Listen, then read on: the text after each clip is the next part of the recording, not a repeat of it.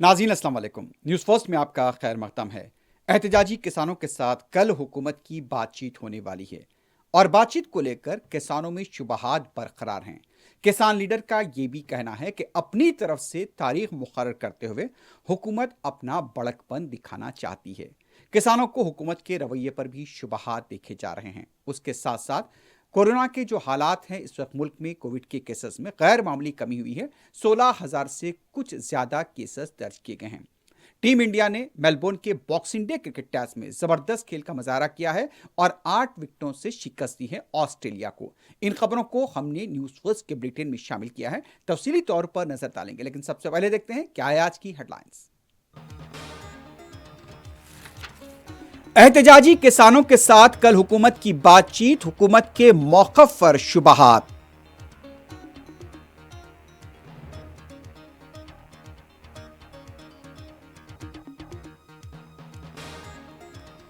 किसानों के साथ बातचीत के लिए हुकूमत अपनी मर्जी की तारीख देकर बड़कपन दिखाना चाहती है, किसान लीडर का रद्द अमल।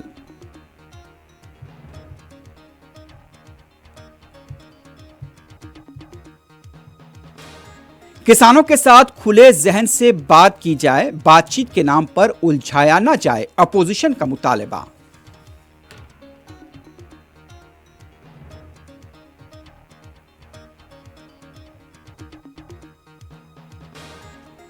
कर्नाटक कानून साज कौंसिल के नायब सदर नशीन ने की खुदकुशी, लाश पटरियों पर दस्तयाब, रियासत के सियासी हलकों में हलचल।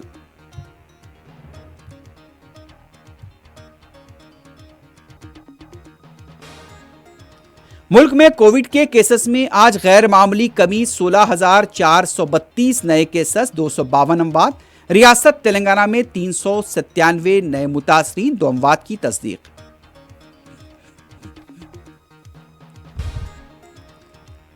टीम इंडिया ने Melbourne Boxing Day cricket test match 8 विकेटों से जीत लिया। दूसरी इनिंग्स में मोहम्मद सिराज को 3 wickets, Ajinkya Rahane man of the match.